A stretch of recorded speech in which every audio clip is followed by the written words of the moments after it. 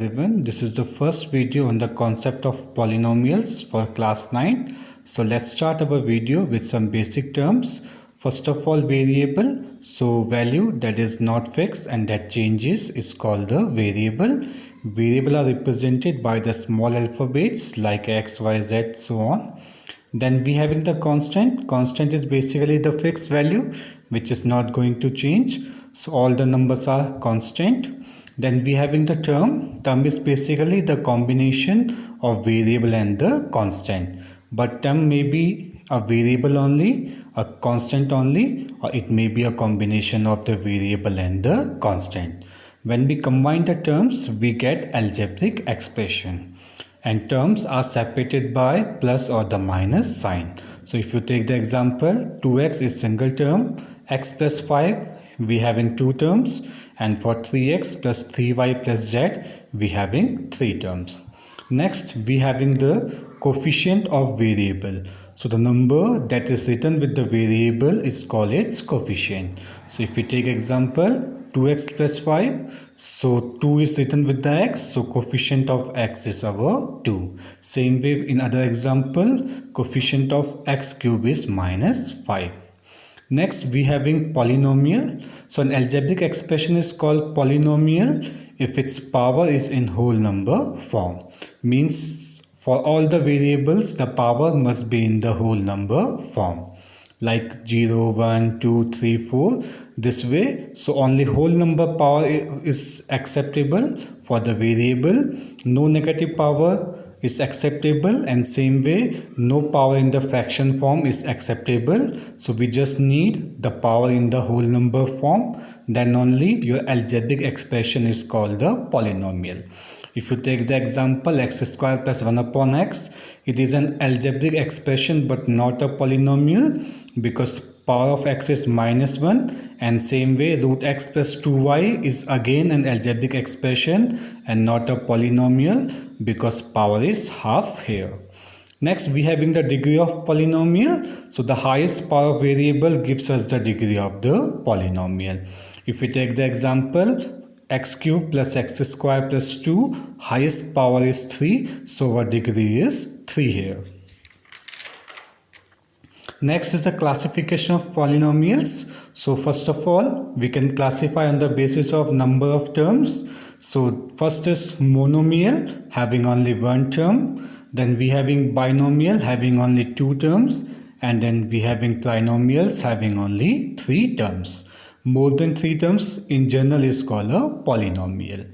Second classification is based on the degree. First is a linear, in which the highest power is 1. Second is quadratic, in which the highest power is 2. And next we having the cubic, in which the highest power is 3.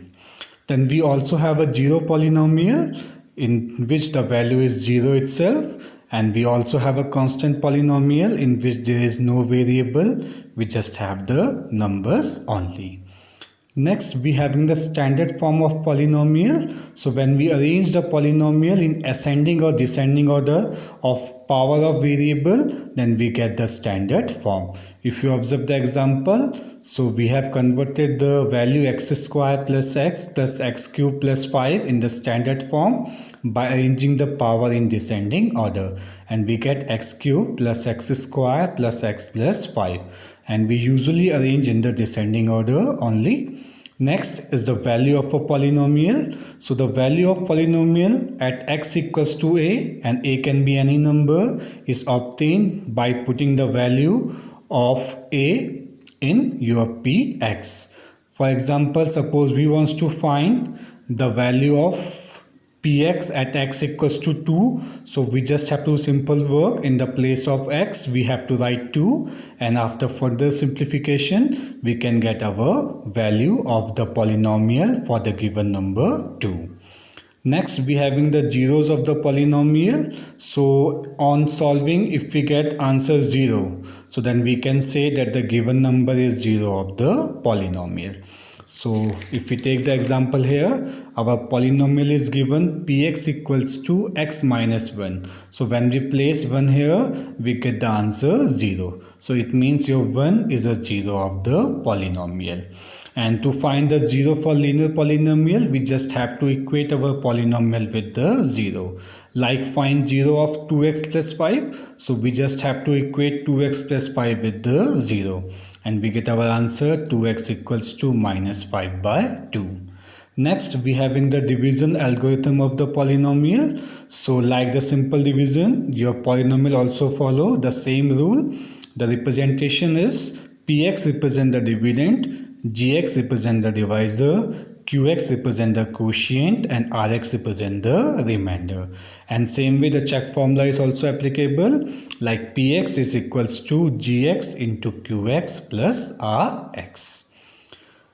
Next, we having one important theorem, that is the remainder theorem. So remainder theorem says if px is any polynomial and the divisor gx is x minus a, so we can find the remainder, that is our pa. So this theorem is only useful when our gx is linear and we only needs to find the remainder.